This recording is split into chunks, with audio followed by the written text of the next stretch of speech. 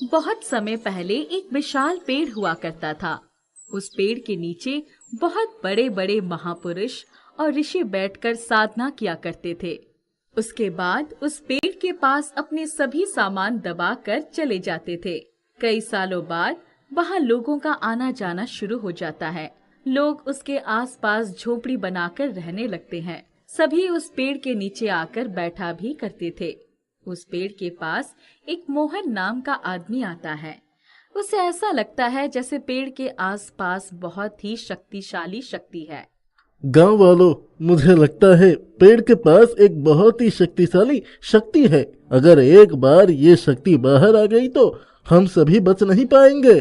गांव वाले मोहन की बात सुनकर बहुत डर जाते हैं। अरे मोहन, ये तू कैसी बातें कर रहा है? हम इस पेड़ को छोड़कर कहीं नहीं जा सकते। भाइयों, मेरी बात मानो, इस पेड़ से दूर रहना ही अच्छा है। मैं तो कहता हूँ इस पेड़ से कई किलोमीटर की दूरी बना लेना हम लोगों के लिए अच्छा होगा। अगर ये शक्ति फटेगी तो सबका विनाश हो जाएगा। मोहन बहुत ज्ञानी था, इसलिए सभी उसकी बात मानने की सोचते हैं और उस पर के आसपास से अपनी झोपड़ी हटा लेते हैं और उस पेड़ से सभी दूर हो जाते हैं। कोई भी उस पेड़ के पास नहीं जाया करता था। उस पेड़ से सभी दूर रहने लगते हैं। सालों बीत जाते हैं मगर कोई उस पेड़ के पास नहीं जाता है। गांव में गोपाल नाम का आदमी था। वो भी उस पेड़ के बारे में सुनता है। ऐसी कौन सी शक्ति है जिससे सभी डर रहे हैं? क्या सच में उस पेड़ की वजह से हमें नुकसान हो सकता है? वो वहां जाने की सोचता है मगर गांव वाले उसे वहां जाने से मना करते हैं। वो मान जाता है, लेकिन एक दिन गोपाल उसे पेड़ के पास वाले रास्ते से जा रहा था। तभी उसे पेड़ की याद आती है। वो सोचता है, क्यों ना एक बार उस पेड़ को देख कर आऊं? आज तक तो कभी नहीं देखा। गोपाल डरता हुआ उस पेड़ के पास आता है। चारों ओर सन्नाटा था, कोई भी नहीं दिखाई दे रहा था। बस कुछ जानवरों की आवाज आ रही थी। क्या सच में ये पेड़ लोगों को नुकसान पहुंचाएगा? उस पेड़ पर फल लगे हुए थे। गोपाल वो पेड़ के फल तोड़कर खाने लगता है। तभी उस पेड़ से आवाज आती है, नहीं, मैं किसी को नुकसान नहीं पहुंचाऊंगा। पेड़ को बोलता देख गोपाल हैरान रह जाता है। क्या तुम बोल सकते हो? हाँ, मैं जादुई पेड़ हूँ।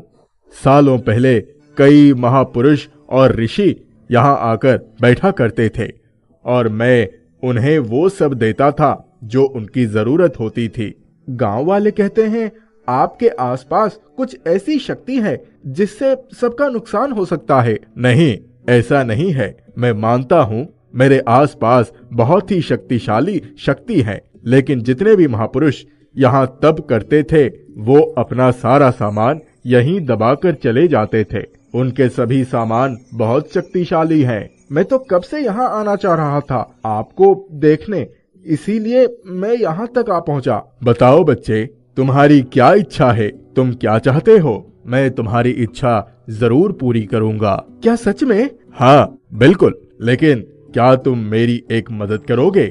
जी बताइए। कृपया तुम मेरे आसपास के जमीन खोदना शुरू कर दो और तुम्हें जो भी मिले उन सभी सामान को पास वाली नदी में बहा दो। जितने भी महापुरुष और ऋषि हैं उन सभी की आत्मा को शांति मिलेगी।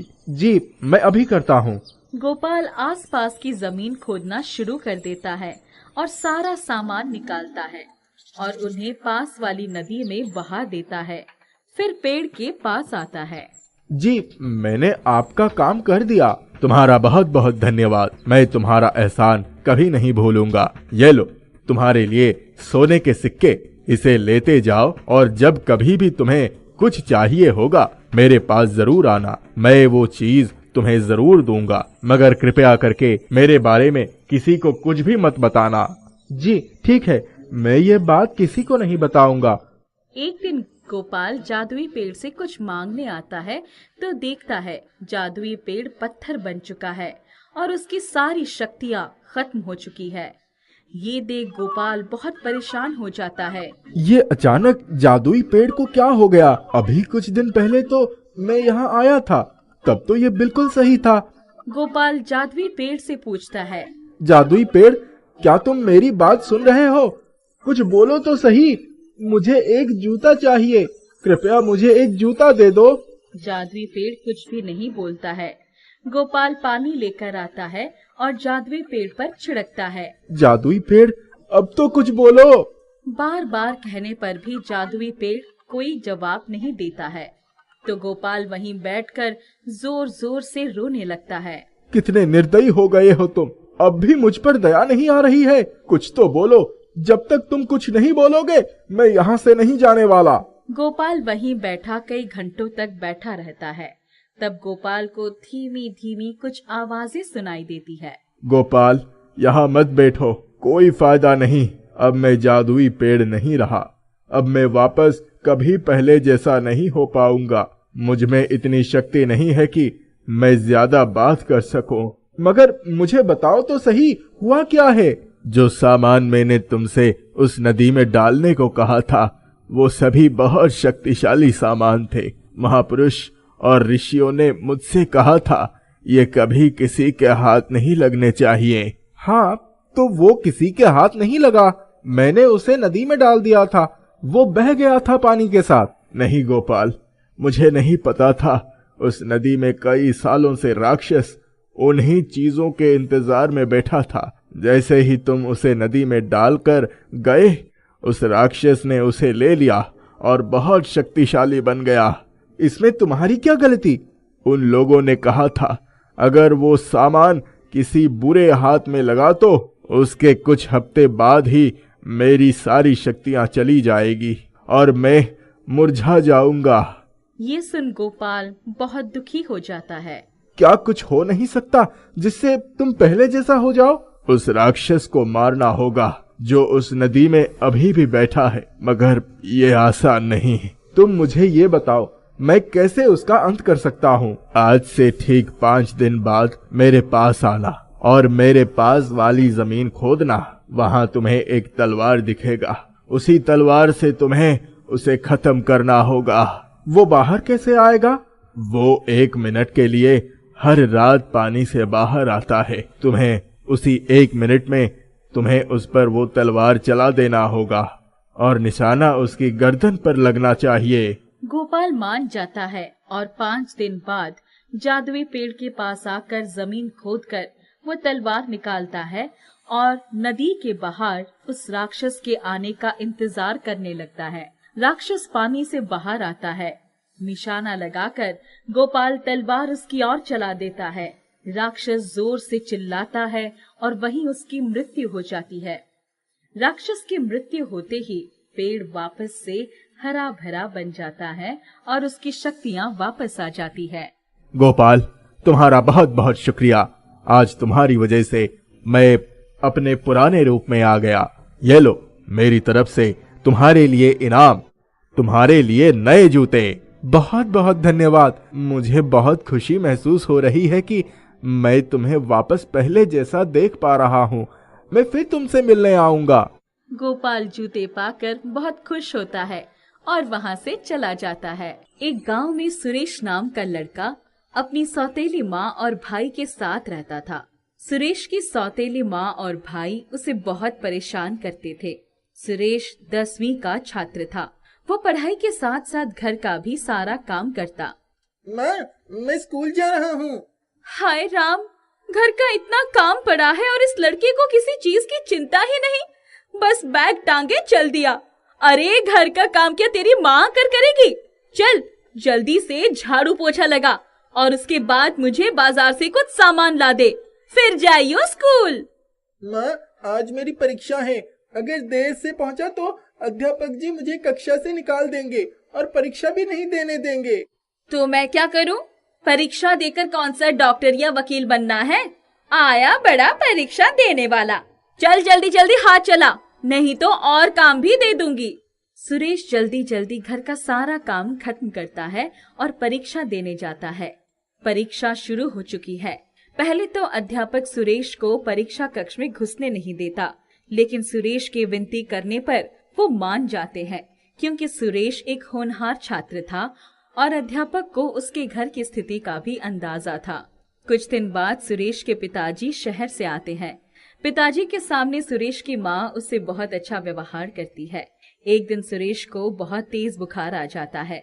उस दिन उसके पिताजी किसी काम से दूसरे गांव गए थे और उन्हें शाम तक लौट कर आना था। ओ कामचोर, यूं ही पड़ा रहेगा या कुछ काम भी करेगा? जब से तेरा बाप यहाँ आया है बहुत ऐश हो रही है तेरी। आज बहुत दिन बाद मुझे भी मौका मिला है आराम करने का। चल उठ और जल्दी से लग जा अपने काम पर और अपने पिताजी के आने से पहले काम खत्म कर दे। माँ, मुझे तेज बुखार है, पूरा शरीर दर्द कर रहा है, सुबह से कुछ खाया भी नहीं है तो बहुत कमजोर महसूस हो रहा है। माँ, कुछ खाने को दे दो ना, तभी मैं दवा ले सकूंगा। अच्छा, अपने बाप के आने पर मुझे रौब दिखा रहा है? तुझे पता है ना, पिताजी ने तो वापस शहर चले जाना है। उसके बाद तूने हम लोगों के साथ ही रहना है। तब देखियो हम तेरा क्या हाल करेंगे।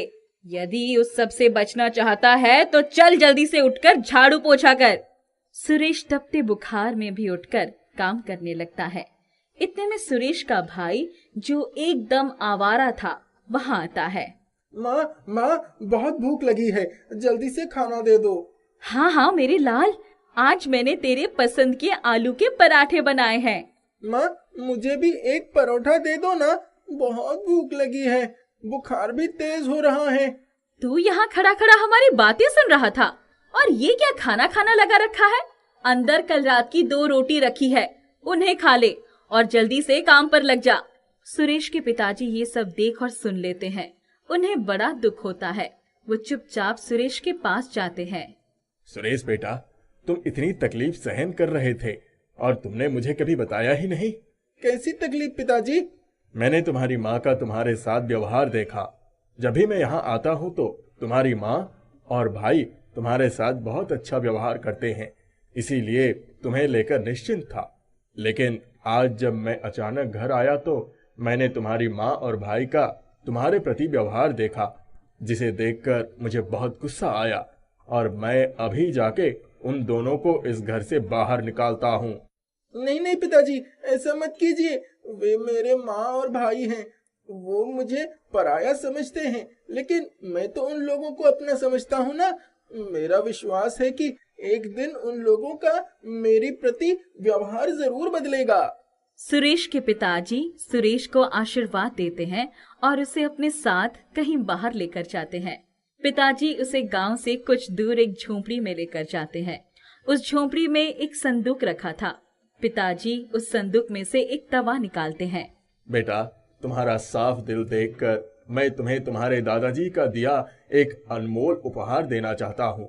ये लो, ये तवा तुम रखो। पर पिताजी, मैं इस तवे का क्या करूँगा? मेरे पास ना तो आटा है और ना ही मुझे रोटी बनाना आता है। बेटा, ये कोई आम तवा नहीं है, ये एक जादुई तवा है जिससे तुम किसी भी तरह की रोटी या पराठा मान सकते हो।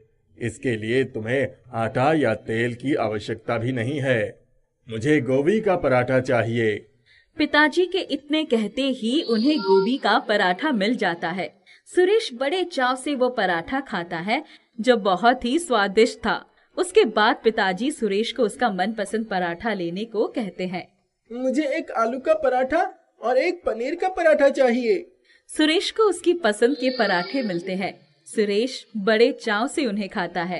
बेटा, ये तवा इस झोपड़ी में ही रहना चाहिए, क्योंकि ये झोपड़ी तुम्हारे दादाजी ने एक साधु के लिए बड़े प्यार से बनाई थी और उस साधु ने तुम्हारे दादाजी को ये तवा आशीर्वाद के रूप में दिया था।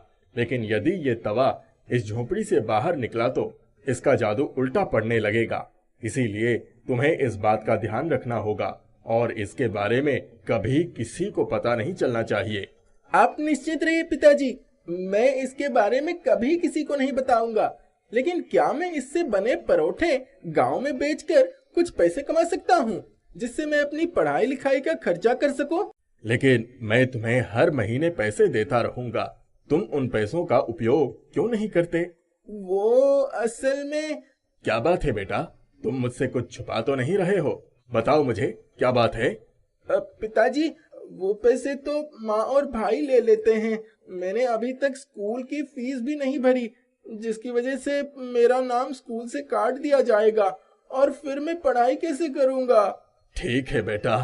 सुरेश अपने पिताजी के साथ घर वापस आ जाता है। अगले दिन उसके पिताजी शहर वापस चले जाते हैं। सुरेश की माँ उसके साथ फिर वही दुर्व्यवहार करने लगती है। लेकिन अब सुरेश में बहुत बदलाव आ चुका था। वो फटाफट घर का सारा काम खत्म करके चुपके से झोंपड़ी में जाता। मुझे 4 गोभी के परोठे चाहिए। तवे पर तुरंत ही गर्मा गर्म 4 गोभी के पराठे आ जाते हैं। सुरेश उन्हें लेकर गांव में निकला और 4 व्यक्तियों को उसने वो पराठे बेचे, जिससे उसे प्रत्येक पराठे के 20 रुपए यानी कुल 80 रुपए मिले। सुरेश ने घर जाके चुपचाप रुपए अपनी अलमारी में छुपा दिए। अब सुरेश प्रतिदिन उस झोंपड़ी में जाता। मुझे 6 परोठे आलू के और 6 परोठे पनीर के चाहिए। तवा सुरेश को गर्मा गर्म पराठे दे देता है। सुरेश वो पराठे लेकर गांव में जाकर बेचता है, जिससे उसे अच्छे पैसे मिल जाते हैं। सुरेश के पराठों का गांव में बहुत नाम होने लगा था। एक दिन सुरेश का सौतेला भाई उसे पराठे बेचते देख लेता है। ये सुरेश के पास इतने पैसे कहाँ से आए जो इतने सारे परोठे बेचने के लिए लेकर आया है? जरूर कुछ तो गड़बड़ है। माँ को जाकर बताता हूँ। माँ, जानती हो आज मैंने बाजार में क्या देखा? अरे क्या हुआ? कोई भूत वो देख लिया क्या? अरे माँ, क्या तुम भी कैसी बातें करती हो? मैंने तो उस सुरेश के बच्चे को परोठे बेचते देखा है। तू तो जाके अपने दिमाग का इलाज करा। उसके पास इतने पैसे हैं जो पराठे खरीद सके और बेच सके। तूने किसी और को देखा होगा। नहीं माँ, मैं सच कह रहा हूँ। आपको विश्वास नहीं होता तो चलो अभी आप मेरे साथ बाजार चलो और अपनी आंखों से देखो, वो अभी भी बाजार में परोठे बेचता है। माँ और भाई दोनों बाजार जाते हैं, जहाँ सुरेश अभी पराठे बेच रहा था। इसके पास इतने पैसे कहाँ से आए? चल अभी चलकर इसकी खबर लेती हूँ। नहीं माँ, यही रुको। हम उसका पीछा करते हैं और देखते हैं कि आखिर ये पैसे कहाँ से लाता है। सुरेश बाजार में पराठे बेचने के बाद झोंपड़ी की ओर जाता है। सुरेश की माँ और भाई उसका चुपके से पीछा करते हैं। सुरेश झोंपड़ी में जाके तवे से और पराठे मांगता है। सुरेश की माँ और भाई खिड़की से सब देख लेते हैं। अच्छा, तो ये सब इस जादुई तवे का कमाल है। चलो माँ, चलकर हम ये तवा चुरा लेते हैं। यदि हमारे पास ये तवा आ जाए तो हम भी परोठे बेचकर अच्छा पैसा कमाएंगे और कोई बड़ा व्यापार कर सकते हैं। माँ को भाई की बात जचती है। जैसे ही सुरेश झोंपड़ी से बाहर जाता है, दोनों मौका पाकर तवा चुरा लेते हैं। वे लोग तवे को अपने घर ले जाते हैं। ए तवे, चल जल्दी से 4 आलू के पराठे दे हमको। माँ और भाई पराठे का इंतजार कर रहे थे, लेकिन ये क्या, इसमें तो चूहे निकल आए। सुरेश की माँ और भाई बहुत डर जाते हैं। वे किसी तरह चूहों को भगाते हैं। माँ, चलो एक बार फिर से प्रयास करते हैं। हमें 4 गोभी के पराठे दे। इस बार उस तवे से एक सांप निकल आता है और वो सुरेश के भाई को काट लेता है। सुरेश की माँ तवा लेकर तुरंत झोंपड़ी की तरफ भागती है। सुरेश, सुरेश, बेटा अपने भाई को बचा ले बेटा। माँ रोते रोते सुरेश को सारी बात बता देती है। वो सुरेश से अपने व्यवहार की माफी मांगती है। सुरेश जल्दी से घर जाकर अपने भाई को अस्पताल लेकर जाता है और उसकी जान बचाता है। सुरेश की माँ और भाई बहुत शर्मिंदा होते हैं, क्योंकि उन्होंने सुरेश के साथ बहुत बुरा व्यवहार किया। इसके बाद भी सुरेश ने अपने भाई को बचाया। इसके बाद सुरेश की माँ और भाई का सुरेश के प्रति व्यवहार बदल जाता है और अब वे लोग सुरेश से बहुत प्यार करते हैं। सुरेश भी जादुई तवे की सहायता से पराठे बेचने का काम करता है और अच्छे पैसे कमाता है, जिनसे वो अपनी माँ और भाई की जरूरतें पूरी करता और अपनी पढ़ाई का खर्च भी करता। एक गांव में एक औरत टमाटर बेचने का काम करती थी। उसका नाम था मीरा। मीरा रोज सवेरे गांव के बाहर लगने वाली बड़ी सब्जी मंडी में जाके ताजे ताजे लाल टमाटर लाती और उन्हें गांव में घूम घूम कर बेचती। टमाटर ले लो टमाटर, ताजे ताजे लाल लाल टमाटर, टमाटर ले लो। अरे मीरा, जरा आधा किलो टमाटर तो तोल दे। सिर्फ आधा किलो? आधा किलो में क्या होता है दीदी, कम से कम 1 किलो तो लो। ताजे ताजे लाल टमाटर है, बच्चों को खिलाओगी तो टमाटर जैसे लाल लाल हो जाएंगे। अच्छा ठीक है, 1 किलो दे दो। मीरा आगे चल पड़ती है। अरे मीरा बहन, जरा 1 किलो टमाटर तो तोल देना। क्यों नहीं भाई साहब, अभी लो। मीरा उस आदमी को 1 किलो टमाटर देके आगे बढ़ जाती है। धीरे धीरे गांव में घूमते घूमते उसके सारे टमाटर बिक जाते हैं और वो खाली टोकरा लिए घर आ जाती है। अरे वाह, आज तो अच्छी कमाई हो गई है। अगर ऐसे ही अच्छी कमाई होती रहेगी तो मैं जल्दी ही एक बड़ी दुकान खोल सकती हूँ। मीरा अपनी एक बड़ी सब्जी की दुकान खोलना चाहती थी, जिसके लिए वो पैसे जोड़ रही थी। अगले दिन मीरा जब सब्जी मंडी जाती है टमाटर खरीदने, तो उसे नजर एक दुकान के बाहर लगे टमाटर के ढेर पर पड़ी।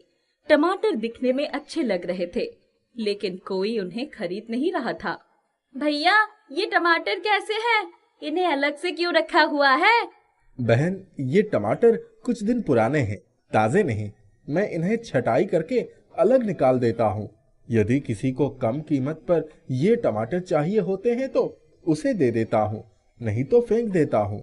यदि मुझे 20 किलो खरीदने हो तो कितने के पड़ेंगे? 20 किलो 300 रुपए में दे दूंगा।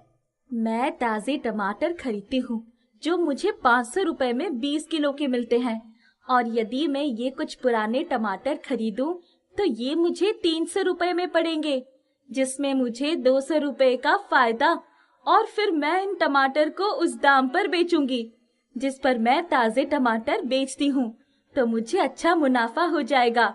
मैं जल्दी ही अपनी बड़ी सी दुकान खोल सकूंगी। भैया, मुझे ये 20 किलो टमाटर दे दो। दुकानदार से मीरा 20 किलो टमाटर खरीद लेती है और गांव जाकर उसी दाम पर बेचती है जिस दाम पर वो पहले टमाटर बेचती थी। टमाटर ले लो, ताजे ताजे टमाटर। लाल लाल टमाटर खाओगे तो लाल जैसे हो जाओगे। ले लो टमाटर। अरे ओ मीरा, जरा 1 पाव टमाटर तो दे दे। क्या माँ जी, बस 1 पाव? कम से कम 1 किलो तो ले लो। अच्छा चल, एक काम कर, आधा किलो कर दो। मीरा बूढ़ी औरत को वो पुराने टमाटर उसी दाम में बेचती है जिस पर वो पहले बेचा करती थी। उस दिन भी मीरा को सभी टमाटर अच्छे दाम पर बिक जाते हैं। वो घर आकर पैसे गिनती है। अरे वाह, आज तो अच्छी कमाई हो गई है और पुराने टमाटर खरीदकर कुछ और पैसे भी बच गए। अब तो मैं जल्दी ही एक बड़ी सी दुकान की मालकिन बन जाऊंगी। मीरा के मन में लालच घर कर गया था।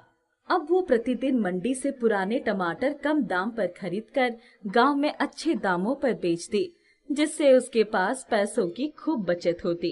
एक दिन एक औरत मीरा से उसके टमाटर की शिकायत करती है। अरे ओ मीरा, आजकल कैसे टमाटर लाती है तू? ना उसमें रस है और ना ही स्वाद।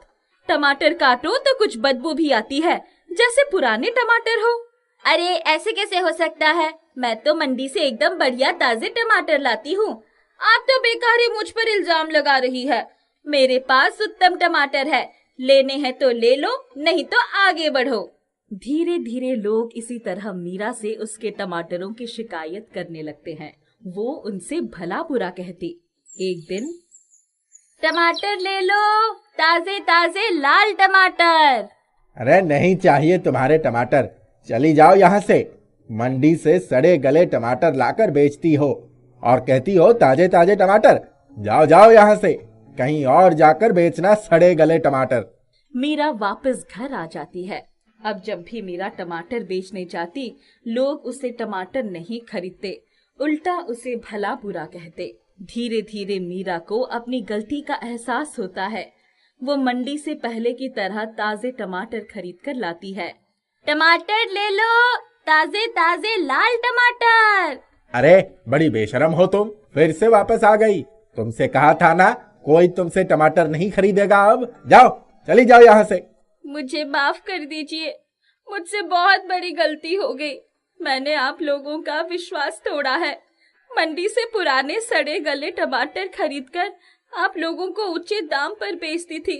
मैं एक बड़ी सी सब्जी की दुकान खोलना चाहती थी और इसलिए मेरे मन में लालच आ गया था और अपने लालच में मैंने अपने लोगों के साथ छल किया।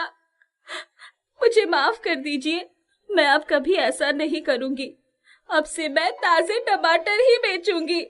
आप चाहे तो चक्कर देख लीजिए। गांव के कुछ लोग मीरा के लाए टमाटर चक्कर देखते हैं। हाँ, ये टमाटर तो ताजे हैं, लेकिन याद रखना, यदि फिर कभी तुमने हमारे साथ छल किया तो कोई तुमसे टमाटर नहीं खरीदेगा। नहीं नहीं, फिर कभी ऐसी गलती नहीं होगी। सब लोग मीरा से टमाटर खरीदते हैं और मीरा खुशी खुशी घर वापस आ जाती। बहुत समय पहले एक विशाल पेड़ हुआ करता था। उस पेड़ के नीचे बहुत बड़े बड़े महापुरुष और ऋषि बैठकर साधना किया करते थे। उसके बाद उस पेड़ के पास अपने सभी सामान दबाकर चले जाते थे। कई सालों बाद वहां लोगों का आना जाना शुरू हो जाता है। लोग उसके आसपास झोपड़ी बनाकर रहने लगते हैं। सभी उस पेड़ के नीचे आकर बैठा भी करते थे। उस पेड़ के पास एक मोहन नाम का आदमी आता है।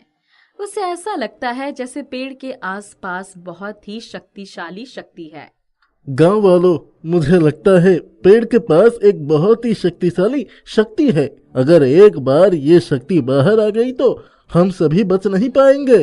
गांव वाले मोहन की बात सुनकर बहुत डर जाते हैं। अरे मोहन, ये तू कैसी बातें कर रहा है? हम इस पेड़ को छोड़कर कहीं नहीं जा सकते। भाइयों, मेरी बात मानो, इस पेड़ से दूर रहना ही अच्छा है। मैं तो कहता हूँ इस पेड़ से कई किलोमीटर की दूरी बना लेना हम लोगों के लिए अच्छा होगा। अगर ये शक्ति फटेगी तो सबका विनाश हो जाएगा। मोहन बहुत ज्ञानी था, इसलिए सभी उसकी बात मानने की सोचते हैं और उस पर के आसपास से अपनी झोपड़ी हटा लेते हैं और उस पेड़ से सभी दूर हो जाते हैं। कोई भी उस पेड़ के पास नहीं जाया करता था। उस पेड़ से सभी दूर रहने लगते हैं। सालों बीत जाते हैं, मगर कोई उस पेड़ के पास नहीं जाता है। गांव में गोपाल नाम का आदमी था। वो भी उस पेड़ के बारे में सुनता है। ऐसी कौन सी शक्ति है जिससे सभी डर रहे हैं? क्या सच में उस पेड़ की वजह से हमें नुकसान हो सकता है? वो वहां जाने की सोचता है, मगर गांव वाले उसे वहां जाने से मना करते हैं। वो मान जाता है, लेकिन एक दिन गोपाल उसे पेड़ के पास वाले रास्ते से जा रहा था। तभी उसे पेड़ की याद आती है। वो सोचता है, क्यों ना एक बार उस पेड़ को देख कर आऊं? आज तक तो कभी नहीं देखा। गोपाल डरता हुआ उस पेड़ के पास आता है। चारों ओर सन्नाटा था, कोई भी नहीं दिखाई दे रहा था। बस कुछ जानवरों की आवाज आ रही थी। क्या सच में ये पेड़ लोगों को नुकसान पहुंचाएगा? उस पेड़ पर फल लगे हुए थे। गोपाल वो पेड़ के फल तोड़कर खाने लगता है। तभी उस पेड़ से आवाज आती है, नहीं, मैं किसी को नुकसान नहीं पहुंचाऊंगा। पेड़ को बोलता देख गोपाल हैरान रह जाता है। क्या तुम बोल सकते हो? हाँ, मैं जादुई पेड़ हूँ। सालों पहले कई महापुरुष और ऋषि यहाँ आकर बैठा करते थे और मैं उन्हें वो सब देता था जो उनकी जरूरत होती थी। गांव वाले कहते हैं आपके आसपास कुछ ऐसी शक्ति है जिससे सबका नुकसान हो सकता है। नहीं, ऐसा नहीं है। मैं मानता हूँ मेरे आसपास बहुत ही शक्तिशाली शक्ति है, लेकिन जितने भी महापुरुष यहाँ तप करते थे वो अपना सारा सामान यहीं दबाकर चले जाते थे।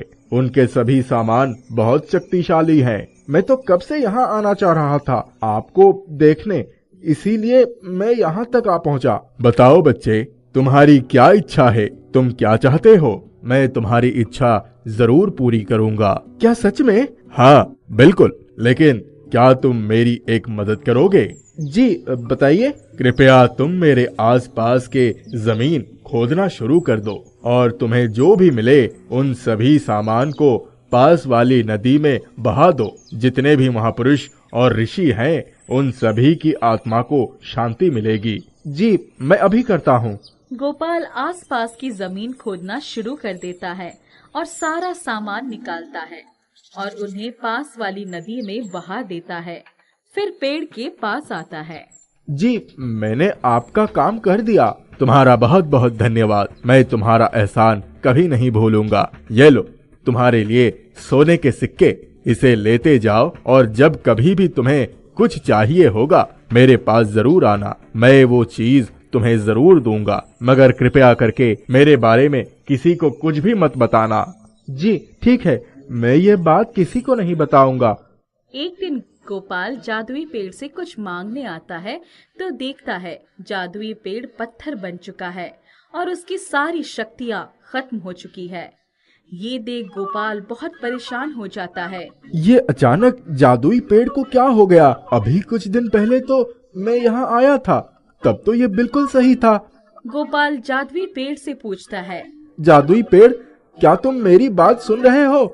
कुछ बोलो तो सही। मुझे एक जूता चाहिए, कृपया मुझे एक जूता दे दो। जादुई पेड़ कुछ भी नहीं बोलता है। गोपाल पानी लेकर आता है और जादुई पेड़ पर छिड़कता है। जादुई पेड़, अब तो कुछ बोलो।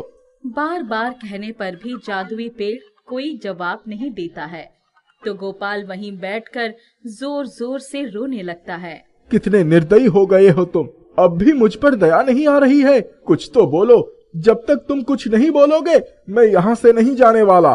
गोपाल वहीं बैठा कई घंटों तक बैठा रहता है। तब गोपाल को धीमी धीमी कुछ आवाजें सुनाई देती है। गोपाल, यहाँ मत बैठो, कोई फायदा नहीं। अब मैं जादुई पेड़ नहीं रहा। अब मैं वापस कभी पहले जैसा नहीं हो पाऊंगा। मुझ में इतनी शक्ति नहीं है कि मैं ज्यादा बात कर सकूं। मगर मुझे बताओ तो सही, हुआ क्या है? जो सामान मैंने तुमसे उस नदी में डालने को कहा था वो सभी बहुत शक्तिशाली सामान थे। महापुरुष और ऋषियों ने मुझसे कहा था ये कभी किसी के हाथ नहीं लगने चाहिए। हाँ, तो वो किसी के हाथ नहीं लगा। मैंने उसे नदी में डाल दिया था, वो बह गया था पानी के साथ। नहीं गोपाल, मुझे नहीं पता था। उस नदी में कई सालों से राक्षस उन्हीं चीजों के इंतजार में बैठा था। जैसे ही तुम उसे नदी में डालकर गए, उस राक्षस ने उसे ले लिया और बहुत शक्तिशाली बन गया। इसमें तुम्हारी क्या गलती? उन लोगों ने कहा था अगर वो सामान किसी बुरे हाथ में लगा तो उसके कुछ हफ्ते बाद ही मेरी सारी शक्तियां चली जाएगी और मैं मुरझा जाऊंगा। ये सुन गोपाल बहुत दुखी हो जाता है। क्या कुछ हो नहीं सकता जिससे तुम पहले जैसा हो जाओ? उस राक्षस को मारना होगा जो उस नदी में अभी भी बैठा है, मगर ये आसान नहीं। तुम मुझे ये बताओ, मैं कैसे उसका अंत कर सकता हूँ? आज से ठीक 5 दिन बाद मेरे पास आना और मेरे पास वाली जमीन खोदना। वहाँ तुम्हें एक तलवार दिखेगा। उसी तलवार से तुम्हें उसे खत्म करना होगा। वो बाहर कैसे आएगा? वो 1 मिनट के लिए हर रात पानी से बाहर आता है। तुम्हें उसी 1 मिनट में तुम्हें उस पर वो तलवार चला देना होगा और निशाना उसकी गर्दन पर लगना चाहिए। गोपाल मान जाता है और 5 दिन बाद जादुई पेड़ के पास आकर जमीन खोदकर वो तलवार निकालता है और नदी के बाहर उस राक्षस के आने का इंतजार करने लगता है। राक्षस पानी से बाहर आता है। निशाना लगाकर गोपाल तलवार उसकी ओर चला देता है। राक्षस जोर से चिल्लाता है और वहीं उसकी मृत्यु हो जाती है। राक्षस की मृत्यु होते ही पेड़ वापस से हरा भरा बन जाता है और उसकी शक्तियाँ वापस आ जाती है। गोपाल, तुम्हारा बहुत बहुत शुक्रिया। आज तुम्हारी वजह से मैं अपने पुराने रूप में आ गया। ये लो, मेरी तरफ से तुम्हारे लिए इनाम, तुम्हारे लिए नए जूते। बहुत बहुत धन्यवाद। मुझे बहुत खुशी महसूस हो रही है कि मैं तुम्हें वापस पहले जैसा देख पा रहा हूँ। मैं फिर तुमसे मिलने आऊंगा। गोपाल जूते पाकर बहुत खुश होता है और वहाँ से चला जाता है। एक गांव में सुरेश नाम का लड़का अपनी सौतेली माँ और भाई के साथ रहता था। सुरेश की सौतेली माँ और भाई उसे बहुत परेशान करते थे। सुरेश 10वीं का छात्र था। वो पढ़ाई के साथ साथ घर का भी सारा काम करता। मैं स्कूल जा रहा हूँ। हाय राम, घर का इतना काम पड़ा है और इस लड़के को किसी चीज की चिंता ही नहीं। बस बैग टांगे चल दिया। अरे घर का काम क्या तेरी माँ करेगी? चल जल्दी से झाड़ू पोछा लगा और उसके बाद मुझे बाजार से कुछ सामान ला दे, फिर जाइयो स्कूल। माँ, आज मेरी परीक्षा है। अगर देर से पहुँचा तो अध्यापक जी मुझे कक्षा से निकाल देंगे और परीक्षा भी नहीं देने देंगे। तो मैं क्या करूं? परीक्षा देकर कौन सा डॉक्टर या वकील बनना है? आया बड़ा परीक्षा देने वाला। चल जल्दी जल्दी हाथ चला, नहीं तो और काम भी दे दूंगी। सुरेश जल्दी जल्दी घर का सारा काम खत्म करता है और परीक्षा देने जाता है। परीक्षा शुरू हो चुकी है। पहले तो अध्यापक सुरेश को परीक्षा कक्ष में घुसने नहीं देता, लेकिन सुरेश की विनती करने पर वो मान जाते हैं, क्योंकि सुरेश एक होनहार छात्र था और अध्यापक को उसके घर की स्थिति का भी अंदाजा था।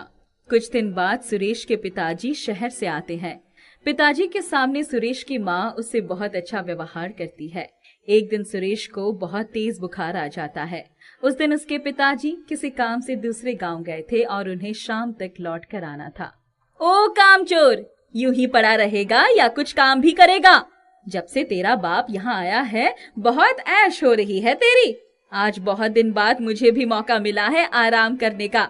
चल उठ और जल्दी से लग जा अपने काम पर और अपने पिताजी के आने से पहले काम खत्म कर दे। माँ, मुझे तेज बुखार है, पूरा शरीर दर्द कर रहा है, सुबह से कुछ खाया भी नहीं है तो बहुत कमजोर महसूस हो रहा है।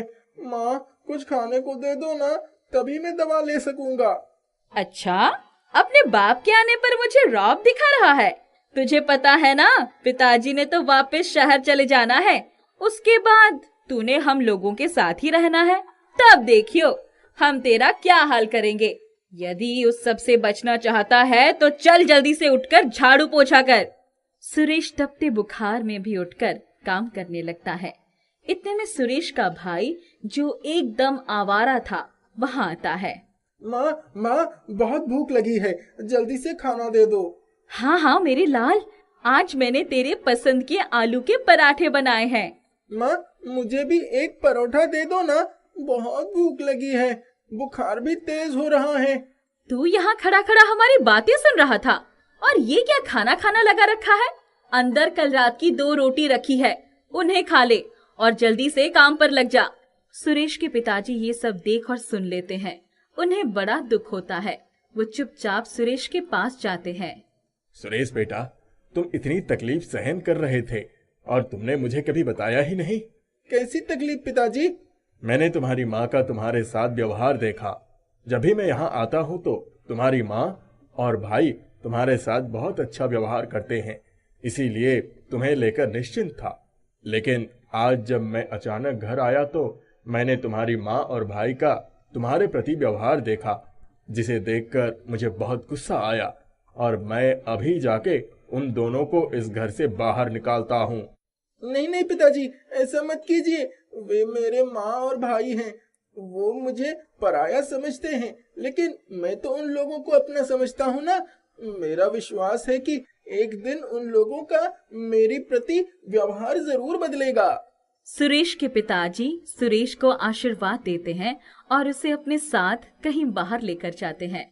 पिताजी उसे गांव से कुछ दूर एक झोपड़ी में लेकर जाते हैं। उस झोपड़ी में एक संदूक रखा था। पिताजी उस संदूक में से एक तवा निकालते हैं। बेटा, तुम्हारा साफ दिल देखकर मैं तुम्हें तुम्हारे दादाजी का दिया एक अनमोल उपहार देना चाहता हूँ। ये लो, ये तवा तुम रखो। पर पिताजी, मैं इस तवे का क्या करूँगा? मेरे पास ना तो आटा है और ना ही मुझे रोटी बनाना आता है। बेटा, ये कोई आम तवा नहीं है, ये एक जादुई तवा है जिससे तुम किसी भी तरह की रोटी या पराठा मान सकते हो। इसके लिए तुम्हें आटा या तेल की आवश्यकता भी नहीं है। मुझे गोभी का पराठा चाहिए। पिताजी के इतने कहते ही उन्हें गोभी का पराठा मिल जाता है। सुरेश बड़े चाव से वो पराठा खाता है, जो बहुत ही स्वादिष्ट था। उसके बाद पिताजी सुरेश को उसका मनपसंद पराठा लेने को कहते हैं। मुझे एक आलू का पराठा और एक पनीर का पराठा चाहिए। सुरेश को उसकी पसंद के पराठे मिलते हैं। सुरेश बड़े चाव से उन्हें खाता है। बेटा, ये तवा इस झोपड़ी में ही रहना चाहिए, क्योंकि ये झोपड़ी तुम्हारे दादाजी ने एक साधु के लिए बड़े प्यार से बनाई थी और उस साधु ने तुम्हारे दादाजी को ये तवा आशीर्वाद के रूप में दिया था। लेकिन यदि ये तवा इस झोपड़ी से बाहर निकला तो इसका जादू उल्टा पड़ने लगेगा। इसीलिए तुम्हें इस बात का ध्यान रखना होगा और इसके बारे में कभी किसी को पता नहीं चलना चाहिए।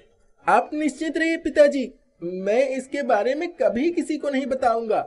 लेकिन क्या मैं इससे बने परोठे गांव में बेचकर कुछ पैसे कमा सकता हूँ, जिससे मैं अपनी पढ़ाई लिखाई का खर्चा कर सकूं? लेकिन मैं तुम्हें हर महीने पैसे देता रहूंगा, तुम उन पैसों का उपयोग क्यों नहीं करते? वो असल में। क्या बात है बेटा, तुम मुझसे कुछ छुपा तो नहीं रहे हो? बताओ मुझे, क्या बात है? पिताजी, वो पैसे तो माँ और भाई ले लेते हैं।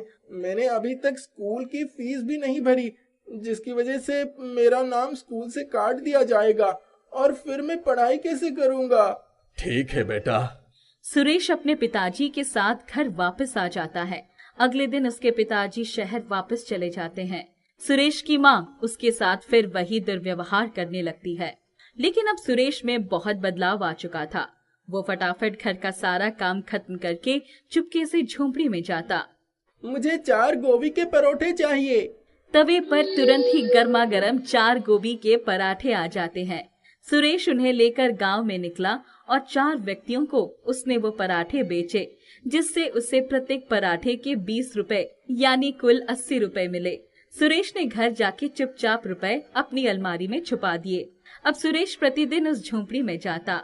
मुझे 6 परोठे आलू के और 6 परोठे पनीर के चाहिए। तवा सुरेश को गर्मा गर्म पराठे दे देता है। सुरेश वो पराठे लेकर गांव में जाकर बेचता है, जिससे उसे अच्छे पैसे मिल जाते हैं। सुरेश के पराठों का गांव में बहुत नाम होने लगा था। एक दिन सुरेश का सौतेला भाई उसे पराठे बेचते देख लेता है। ये सुरेश के पास इतने पैसे कहाँ से आए, जो इतने सारे परोठे बेचने के लिए लेकर आया है? जरूर कुछ तो गड़बड़ है। माँ को जाकर बताता हूँ। माँ, जानती हो आज मैंने बाजार में क्या देखा? अरे क्या हुआ? कोई भूत वो देख लिया क्या? अरे माँ, क्या तुम भी कैसी बातें करती हो? मैंने तो उस सुरेश के बच्चे को परोठे बेचते देखा है। तू तो जाके अपने दिमाग का इलाज करा। उसके पास इतने पैसे हैं जो पराठे खरीद सके और बेच सके। तूने किसी और को देखा होगा। नहीं माँ, मैं सच कह रहा हूँ। आपको विश्वास नहीं होता तो चलो अभी आप मेरे साथ बाजार चलो और अपनी आंखों से देखो, वो अभी भी बाजार में परोठे बेचता है। माँ और भाई दोनों बाजार जाते हैं, जहाँ सुरेश अभी पराठे बेच रहा था। इसके पास इतने पैसे कहाँ से आए? चल अभी चलकर इसकी खबर लेती हूँ। नहीं माँ, यहीं रुको। हम उसका पीछा करते हैं और देखते हैं कि आखिर ये पैसे कहाँ से लाता है। सुरेश बाजार में पराठे बेचने के बाद झोंपड़ी की ओर जाता है। सुरेश की माँ और भाई उसका चुपके से पीछा करते हैं। सुरेश झोंपड़ी में जाके तवे से और पराठे मांगता है। सुरेश की माँ और भाई खिड़की से सब देख लेते हैं। अच्छा, तो ये सब इस जादुई तवे का कमाल है। चलो माँ, चलकर हम ये तवा चुरा लेते हैं। यदि हमारे पास ये तवा आ जाए तो हम भी परोठे बेचकर अच्छा पैसा कमाएंगे और कोई बड़ा व्यापार कर सकते हैं। माँ को भाई की बात जंचती है। जैसे ही सुरेश झोंपड़ी से बाहर जाता है, दोनों मौका पाकर तवा चुरा लेते हैं। वे लोग तवे को अपने घर ले जाते हैं। ए तवे, चल जल्दी से 4 आलू के पराठे दे हमको।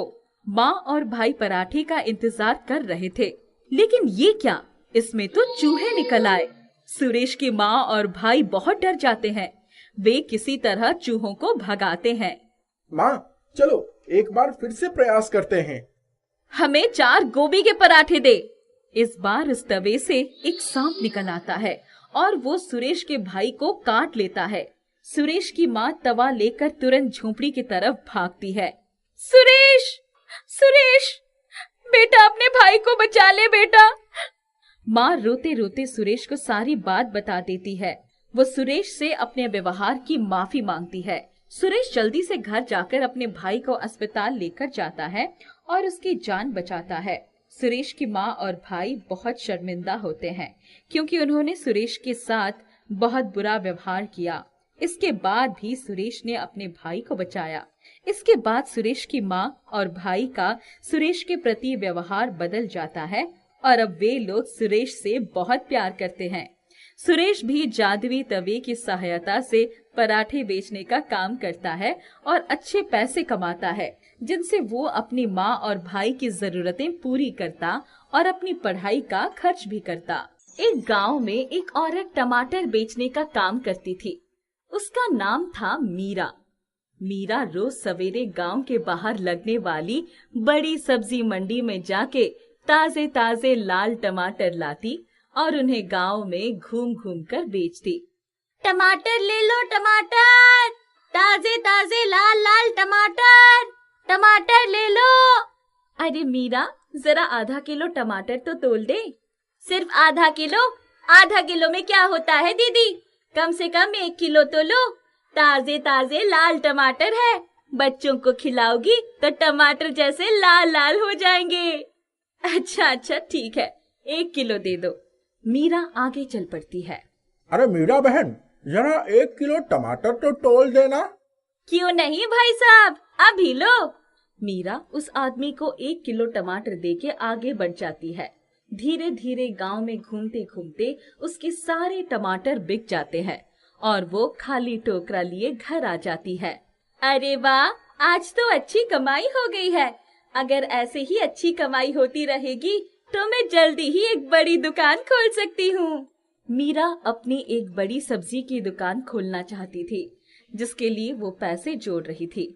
अगले दिन मीरा जब सब्जी मंडी जाती है टमाटर खरीदने, तो उसे नजर एक दुकान के बाहर लगे टमाटर के ढेर पर पड़ी। टमाटर दिखने में अच्छे लग रहे थे, लेकिन कोई उन्हें खरीद नहीं रहा था। भैया, ये टमाटर कैसे हैं? इन्हें अलग से क्यों रखा हुआ है? बहन, ये टमाटर कुछ दिन पुराने हैं, ताजे नहीं। मैं इन्हें छटाई करके अलग निकाल देता हूँ। यदि किसी को कम कीमत पर ये टमाटर चाहिए होते हैं तो उसे दे देता हूँ, नहीं तो फेंक देता हूँ। यदि मुझे 20 किलो खरीदने हो तो कितने के पड़ेंगे? 20 किलो 300 रुपए में दे दूंगा। मैं ताजे टमाटर खरीदती हूँ जो मुझे 500 रुपए में 20 किलो के मिलते हैं, और यदि मैं ये कुछ पुराने टमाटर खरीदूं तो ये मुझे 300 रुपए में पड़ेंगे, जिसमें मुझे 200 रुपए का फायदा, और फिर मैं इन टमाटर को उस दाम पर बेचूंगी जिस पर मैं ताजे टमाटर बेचती हूँ, तो मुझे अच्छा मुनाफा हो जाएगा। मैं जल्दी ही अपनी बड़ी सी दुकान खोल सकूंगी। भैया, मुझे ये 20 किलो टमाटर दे दो। दुकानदार से मीरा 20 किलो टमाटर खरीद लेती है और गांव जाकर उसी दाम पर बेचती है जिस दाम पर वो पहले टमाटर बेचती थी। टमाटर ले लो, ताजे ताजे टमाटर, लाल लाल टमाटर खाओगे तो लाल जैसे हो जाओगे। ले लो टमाटर। अरे ओ मीरा, जरा 1 पाव टमाटर तो दे दे। क्या माँ जी, बस 1 पाव? कम से कम 1 किलो तो ले लो। अच्छा चल, एक काम कर, आधा किलो कर दो। मीरा बूढ़ी औरत को वो पुराने टमाटर उसी दाम में बेचती है जिस पर वो पहले बेचा करती थी। उस दिन भी मीरा को सभी टमाटर अच्छे दाम पर बिक जाते हैं। वो घर आकर पैसे गिनती है। अरे वाह, आज तो अच्छी कमाई हो गई है और पुराने टमाटर खरीदकर कुछ और पैसे भी बच गए। अब तो मैं जल्दी ही एक बड़ी सी दुकान की मालकिन बन जाऊंगी। मीरा के मन में लालच घर कर गया था। अब वो प्रतिदिन मंडी से पुराने टमाटर कम दाम पर खरीदकर गांव में अच्छे दामों पर बेचती, जिससे उसके पास पैसों की खूब बचत होती। एक दिन एक औरत मीरा से उसके टमाटर की शिकायत करती है। अरे ओ मीरा, आजकल कैसे टमाटर लाती है तू? ना उसमें रस है और ना ही स्वाद। टमाटर काटो तो कुछ बदबू भी आती है, जैसे पुराने टमाटर हो। अरे ऐसे कैसे हो सकता है? मैं तो मंडी से एकदम बढ़िया ताजे टमाटर लाती हूँ। आप तो बेकार ही मुझ पर इल्जाम लगा रही है। मेरे पास उत्तम टमाटर है, लेने हैं तो ले लो, नहीं तो आगे बढ़ो।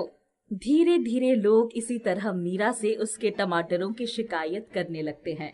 वो उनसे भला बुरा कहती। एक दिन, टमाटर ले लो, ताजे ताजे लाल टमाटर। अरे नहीं चाहिए तुम्हारे टमाटर, चली जाओ यहाँ से। मंडी से सड़े गले टमाटर लाकर बेचती हो और कहती हो ताजे ताजे टमाटर। जाओ जाओ यहाँ से, कहीं और जाकर बेचना सड़े गले टमाटर। मीरा वापस घर आ जाती है। अब जब भी मीरा टमाटर बेचने जाती, लोग उसे टमाटर नहीं खरीदते, उल्टा उसे भला बुरा कहते। धीरे धीरे मीरा को अपनी गलती का एहसास होता है। वो मंडी से पहले की तरह ताजे टमाटर खरीद कर लाती है। टमाटर ले लो, ताजे ताजे लाल टमाटर। अरे बड़ी बेशरम हो तुम, फिर से वापस आ गई। तुमसे कहा था ना कोई तुमसे टमाटर नहीं खरीदेगा। अब जाओ, चली जाओ यहाँ से। मुझे माफ कर दीजिए, मुझसे बहुत बड़ी गलती हो गई। मैंने आप लोगों का विश्वास तोड़ा है। मंडी से पुराने सड़े गले टमाटर खरीदकर आप लोगों को उचित दाम पर बेचती थी। मैं एक बड़ी सी सब्जी की दुकान खोलना चाहती थी और इसलिए मेरे मन में लालच आ गया था और अपने लालच में मैंने अपने लोगों के साथ छल किया। मुझे माफ कर दीजिए, मैं अब कभी ऐसा नहीं करूंगी। अब से मैं ताजे टमाटर ही बेचूंगी। आप चाहे तो चक्कर देख लीजिए। गांव के कुछ लोग मीरा के लाए टमाटर चक्कर देखते हैं। हाँ, ये टमाटर तो ताजे हैं, लेकिन याद रखना, यदि फिर कभी तुमने हमारे साथ छल किया तो कोई तुमसे टमाटर नहीं खरीदेगा। नहीं नहीं, फिर कभी ऐसी गलती नहीं होगी। सब लोग मीरा से टमाटर खरीदते हैं और मीरा खुशी खुशी घर वापस आ जाती। बहुत समय पहले एक विशाल पेड़ हुआ करता था। उस पेड़ के नीचे बहुत बड़े बड़े महापुरुष और ऋषि बैठकर साधना किया करते थे। उसके बाद उस पेड़ के पास अपने सभी सामान दबाकर चले जाते थे। कई सालों बाद वहाँ लोगों का आना जाना शुरू हो जाता है। लोग उसके आसपास झोपड़ी बनाकर रहने लगते हैं। सभी उस पेड़ के नीचे आकर बैठा भी करते थे। उस पेड़ के पास एक मोहन नाम का आदमी आता है। उसे ऐसा लगता है जैसे पेड़ के आसपास बहुत ही शक्तिशाली शक्ति है। गांव वालों, मुझे लगता है पेड़ के पास एक बहुत ही शक्तिशाली शक्ति है। अगर एक बार ये शक्ति बाहर आ गई तो हम सभी बच नहीं पाएंगे। गांव वाले मोहन की बात सुनकर बहुत डर जाते हैं। अरे मोहन, ये तू कैसी बातें कर रहा है? हम इस पेड़ को छोड़कर कहीं नहीं जा सकते। भाइयों, मेरी बात मानो, इस पेड़ से दूर रहना ही अच्छा है। मैं तो कहता हूँ इस पेड़ से कई किलोमीटर की दूरी बना लेना हम लोगों के लिए अच्छा होगा। अगर ये शक्ति फटेगी तो सबका विनाश हो जाएगा। मोहन बहुत ज्ञानी था, इसलिए सभी उसकी बात मानने की सोचते हैं और उस पर के आसपास से अपनी झोपड़ी हटा लेते हैं और उस पेड़ से सभी दूर हो जाते हैं। कोई भी उस पेड़ के पास नहीं जाया करता था। उस पेड़ से सभी दूर रहने लगते हैं। सालों बीत जाते हैं मगर कोई उस पेड़ के पास नहीं जाता है। गांव में गोपाल नाम का आदमी था। वो भी उस पेड़ के बारे में सुनता है। ऐसी कौन सी शक्ति है जिससे सभी डर रहे हैं? क्या सच में उस पेड़ की वजह से हमें नुकसान हो सकता है? वो वहां जाने की सोचता है मगर गांव वाले उसे वहां जाने से मना करते हैं। वो मान जाता है, लेकिन एक दिन गोपाल उसे पेड़ के पास वाले रास्ते से जा रहा था। तभी उसे पेड़ की याद आती है। वो सोचता है, क्यों ना एक बार उस पेड़ को देख कर आऊं? आज तक तो कभी नहीं देखा। गोपाल डरता हुआ उस पेड़ के पास आता है। चारों ओर सन्नाटा था, कोई भी नहीं दिखाई दे रहा था। बस कुछ जानवरों की आवाज आ रही थी। क्या सच में ये पेड़ लोगों को नुकसान पहुंचाएगा? उस पेड़ पर फल लगे हुए थे। गोपाल वो पेड़ के फल तोड़कर खाने लगता है। तभी उस पेड़ से आवाज आती है, नहीं, मैं किसी को नुकसान नहीं पहुंचाऊंगा। पेड़ को बोलता देख गोपाल हैरान रह जाता है। क्या तुम बोल सकते हो? हाँ, मैं जादुई पेड़ हूँ। सालों पहले कई महापुरुष और ऋषि यहाँ आकर बैठा करते थे और मैं उन्हें वो सब देता था जो उनकी जरूरत होती थी। गांव वाले कहते हैं आपके आसपास कुछ ऐसी शक्ति है जिससे सबका नुकसान हो सकता है। नहीं, ऐसा नहीं है। मैं मानता हूँ मेरे आसपास बहुत ही शक्तिशाली शक्ति है, लेकिन जितने भी महापुरुष यहाँ तप करते थे वो अपना सारा सामान यहीं दबाकर चले जाते थे। उनके सभी सामान बहुत शक्तिशाली हैं। मैं तो कब से यहाँ आना चाह रहा था आपको देखने, इसीलिए मैं यहाँ तक आ पहुँचा। बताओ बच्चे, तुम्हारी क्या इच्छा है? तुम क्या चाहते हो? मैं तुम्हारी इच्छा जरूर पूरी करूँगा। क्या सच में? हाँ बिल्कुल, लेकिन क्या तुम मेरी एक मदद करोगे? जी बताइए। कृपया तुम मेरे आसपास के जमीन खोदना शुरू कर दो और तुम्हें जो भी मिले उन सभी सामान को पास वाली नदी में बहा दो। जितने भी महापुरुष और ऋषि हैं उन सभी की आत्मा को शांति मिलेगी। जी मैं अभी करता हूँ। गोपाल आसपास की जमीन खोदना शुरू कर देता है और सारा सामान निकालता है और उन्हें पास वाली नदी में बहा देता है। फिर पेड़ के पास आता है। जी मैंने आपका काम कर दिया। तुम्हारा बहुत बहुत धन्यवाद। मैं तुम्हारा एहसान कभी नहीं भूलूंगा। ये लो तुम्हारे लिए सोने के सिक्के, इसे लेते जाओ और जब कभी भी तुम्हें कुछ चाहिए होगा मेरे पास जरूर आना। मैं वो चीज तुम्हें जरूर दूंगा, मगर कृपया करके मेरे बारे में किसी को कुछ भी मत बताना। जी ठीक है, मैं ये बात किसी को नहीं बताऊंगा। एक दिन गोपाल जादुई पेड़ से कुछ मांगने आता है तो देखता है जादुई पेड़ पत्थर बन चुका है और उसकी सारी शक्तियां खत्म हो चुकी है। ये देख गोपाल बहुत परेशान हो जाता है। ये अचानक जादुई पेड़ को क्या हो गया? अभी कुछ दिन पहले तो मैं यहाँ आया था, तब तो ये बिल्कुल सही था। गोपाल जादुई पेड़ से पूछता है, जादुई पेड़, क्या तुम मेरी बात सुन रहे हो? कुछ बोलो तो सही। मुझे एक जूता चाहिए, कृपया मुझे एक जूता दे दो। जादुई पेड़ कुछ भी नहीं बोलता है। गोपाल पानी लेकर आता है और जादुई पेड़ पर छिड़कता है। जादुई पेड़, अब तो कुछ बोलो। बार बार कहने पर भी जादुई पेड़ कोई जवाब नहीं देता है तो गोपाल वहीं बैठकर जोर जोर से रोने लगता है। कितने निर्दयी हो गए हो तुम, अब भी मुझ पर दया नहीं आ रही है। कुछ तो बोलो, जब तक तुम कुछ नहीं बोलोगे मैं यहाँ से नहीं जाने वाला। गोपाल वहीं बैठा कई घंटों तक बैठा रहता है। तब गोपाल को धीमी धीमी कुछ आवाजें सुनाई देती है। गोपाल, यहाँ मत बैठो, कोई फायदा नहीं। अब मैं जादुई पेड़ नहीं रहा। अब मैं वापस कभी पहले जैसा नहीं हो पाऊंगा। मुझ में इतनी शक्ति नहीं है कि मैं ज्यादा बात कर सकूं। मगर मुझे बताओ तो सही, हुआ क्या है? जो सामान मैंने तुमसे उस नदी में डालने को कहा था वो सभी बहुत शक्तिशाली सामान थे। महापुरुष और ऋषियों ने मुझसे कहा था ये कभी किसी के हाथ नहीं लगने चाहिए। हाँ, तो वो किसी के हाथ नहीं लगा। मैंने उसे नदी में डाल दिया था, वो बह गया था पानी के साथ। नहीं गोपाल, मुझे नहीं पता था। उस नदी में कई सालों से राक्षस उन्हीं चीजों के इंतजार में बैठा था। जैसे ही तुम उसे नदी में डालकर गए उस राक्षस ने उसे ले लिया और बहुत शक्तिशाली बन गया। इसमें तुम्हारी क्या गलती? उन लोगों ने कहा था अगर वो सामान किसी बुरे हाथ में लगा तो उसके कुछ हफ्ते बाद ही मेरी सारी शक्तियां चली जाएगी और मैं मुरझा जाऊंगा। ये सुन गोपाल बहुत दुखी हो जाता है।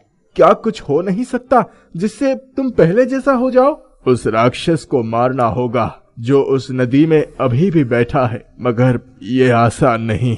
तुम मुझे ये बताओ, मैं कैसे उसका अंत कर सकता हूँ? आज से ठीक 5 दिन बाद मेरे पास आना और मेरे पास वाली जमीन खोदना। वहाँ तुम्हें एक तलवार दिखेगा। उसी तलवार से तुम्हें उसे खत्म करना होगा। वो बाहर कैसे आएगा? वो 1 मिनट के लिए हर रात पानी से बाहर आता है। तुम्हें उसी 1 मिनट में तुम्हें उस पर वो तलवार चला देना होगा और निशाना उसकी गर्दन पर लगना चाहिए। गोपाल मान जाता है और 5 दिन बाद जादुई पेड़ के पास आकर जमीन खोदकर वो तलवार निकालता है और नदी के बाहर उस राक्षस के आने का इंतजार करने लगता है। राक्षस पानी से बाहर आता है। निशाना लगाकर गोपाल तलवार उसकी ओर चला देता है। राक्षस जोर से चिल्लाता है और वहीं उसकी मृत्यु हो जाती है। राक्षस की मृत्यु होते ही पेड़ वापस से हरा भरा बन जाता है और उसकी शक्तियां वापस आ जाती है। गोपाल, तुम्हारा बहुत बहुत शुक्रिया। आज तुम्हारी वजह से मैं अपने पुराने रूप में आ गया। ये लो मेरी तरफ से तुम्हारे लिए इनाम, तुम्हारे लिए नए जूते। बहुत बहुत धन्यवाद। मुझे बहुत खुशी महसूस हो रही है कि मैं तुम्हें वापस पहले जैसा देख पा रहा हूँ। मैं फिर तुमसे मिलने आऊंगा।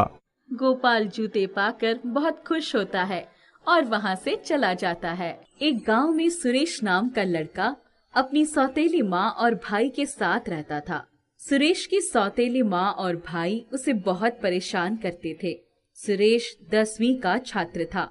वो पढ़ाई के साथ साथ घर का भी सारा काम करता। माँ, मैं स्कूल जा रहा हूँ। हाय राम, घर का इतना काम पड़ा है और इस लड़के को किसी चीज की चिंता ही नहीं। बस बैग टांगे चल दिया।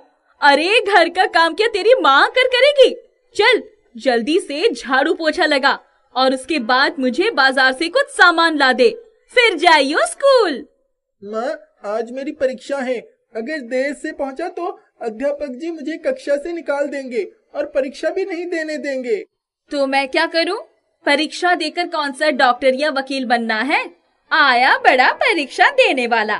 चल जल्दी जल्दी हाथ चला, नहीं तो और काम भी दे दूंगी। सुरेश जल्दी जल्दी घर का सारा काम खत्म करता है और परीक्षा देने जाता है। परीक्षा शुरू हो चुकी है। पहले तो अध्यापक सुरेश को परीक्षा कक्ष में घुसने नहीं देता, लेकिन सुरेश के विनती करने पर वो मान जाते हैं, क्योंकि सुरेश एक होनहार छात्र था और अध्यापक को उसके घर की स्थिति का भी अंदाजा था। कुछ दिन बाद सुरेश के पिताजी शहर से आते हैं। पिताजी के सामने सुरेश की माँ उससे बहुत अच्छा व्यवहार करती है। एक दिन सुरेश को बहुत तेज बुखार आ जाता है। उस दिन उसके पिताजी किसी काम से दूसरे गांव गए थे और उन्हें शाम तक लौट कर आना था। ओ कामचोर, यूं ही पड़ा रहेगा या कुछ काम भी करेगा? जब से तेरा बाप यहाँ आया है बहुत ऐश हो रही है तेरी। आज बहुत दिन बाद मुझे भी मौका मिला है आराम करने का। चल उठ और जल्दी से लग जा अपने काम पर और अपने पिताजी के आने से पहले काम खत्म कर दे। माँ, मुझे तेज बुखार है, पूरा शरीर दर्द कर रहा है। सुबह से कुछ खाया भी नहीं है तो बहुत कमजोर महसूस हो रहा है। माँ, कुछ खाने को दे दो ना, तभी मैं दवा ले सकूंगा। अच्छा, अपने बाप के आने पर मुझे रौब दिखा रहा है? तुझे पता है ना, पिताजी ने तो वापस शहर चले जाना है। उसके बाद तूने हम लोगों के साथ ही रहना है। तब देखियो हम तेरा क्या हाल करेंगे। यदि उस सब से बचना चाहता है तो चल जल्दी से उठकर झाड़ू पोछा कर। सुरेश तपते बुखार में भी उठकर काम करने लगता है। इतने में सुरेश का भाई, जो एकदम आवारा था, वहाँ आता है। माँ, बहुत भूख लगी है, जल्दी से खाना दे दो। हाँ हाँ मेरे लाल, आज मैंने तेरे पसंद के आलू के पराठे बनाए हैं। माँ, मुझे भी एक परोठा दे दो ना, बहुत भूख लगी है, बुखार भी तेज हो रहा है। तू यहाँ खड़ा खड़ा हमारी बातें सुन रहा था और ये क्या खाना खाना लगा रखा है? अंदर कल रात की 2 रोटी रखी है, उन्हें खा ले और जल्दी से काम पर लग जा। सुरेश के पिताजी ये सब देख और सुन लेते हैं। उन्हें बड़ा दुख होता है। वो चुपचाप सुरेश के पास जाते हैं। सुरेश बेटा, तुम इतनी तकलीफ सहन कर रहे थे और तुमने मुझे कभी बताया ही नहीं। कैसी तकलीफ पिताजी? मैंने तुम्हारी माँ का तुम्हारे साथ व्यवहार देखा। जब भी मैं यहाँ आता हूँ तो तुम्हारी माँ और भाई तुम्हारे साथ बहुत अच्छा व्यवहार करते हैं, इसीलिए तुम्हें लेकर निश्चिंत था। लेकिन आज जब मैं अचानक घर आया तो मैंने तुम्हारी माँ और भाई का तुम्हारे प्रति व्यवहार देखा, जिसे देखकर मुझे बहुत गुस्सा आया और मैं अभी जाके उन दोनों को इस घर से बाहर निकालता हूँ। नहीं पिताजी, ऐसा मत कीजिए। वे मेरे माँ और भाई हैं। वो मुझे पराया समझते हैं, लेकिन मैं तो उन लोगों को अपना समझता हूँ ना। मेरा विश्वास है कि एक दिन उन लोगों का मेरी प्रति व्यवहार जरूर बदलेगा। सुरेश के पिताजी सुरेश को आशीर्वाद देते हैं और उसे अपने साथ कहीं बाहर लेकर जाते हैं। पिताजी उसे गांव से कुछ दूर एक झोपड़ी में लेकर जाते हैं। उस झोपड़ी में एक संदूक रखा था। पिताजी उस संदूक में से एक तवा निकालते हैं। बेटा, तुम्हारा साफ दिल देखकर मैं तुम्हें तुम्हारे दादाजी का दिया एक अनमोल उपहार देना चाहता हूँ। ये लो, ये तवा तुम रखो। पर पिताजी, मैं इस तवे का क्या करूँगा? मेरे पास ना तो आटा है और ना ही मुझे रोटी बनाना आता है। बेटा, ये कोई आम तवा नहीं है, ये एक जादुई तवा है जिससे तुम किसी भी तरह की रोटी या पराठा मान सकते हो। इसके लिए तुम्हें आटा या तेल की आवश्यकता भी नहीं है। मुझे गोभी का पराठा चाहिए। पिताजी के इतने कहते ही उन्हें गोभी का पराठा मिल जाता है। सुरेश बड़े चाव से वो पराठा खाता है जो बहुत ही स्वादिष्ट था। उसके बाद पिताजी सुरेश को उसका मनपसंद पराठा लेने को कहते हैं। मुझे एक आलू का पराठा और एक पनीर का पराठा चाहिए। सुरेश को उसकी पसंद के पराठे मिलते हैं। सुरेश बड़े चाव से उन्हें खाता है। बेटा, ये तवा इस झोपड़ी में ही रहना चाहिए, क्योंकि ये झोपड़ी तुम्हारे दादाजी ने एक साधु के लिए बड़े प्यार से बनाई थी और उस साधु ने तुम्हारे दादाजी को ये तवा आशीर्वाद के रूप में दिया था। लेकिन यदि ये तवा इस झोपड़ी से बाहर निकला तो इसका जादू उल्टा पड़ने लगेगा। इसीलिए तुम्हें इस बात का ध्यान रखना होगा और इसके बारे में कभी किसी को पता नहीं चलना चाहिए। आप निश्चित रहिए पिताजी, मैं इसके बारे में कभी किसी को नहीं बताऊंगा। लेकिन क्या मैं इससे बने परोठे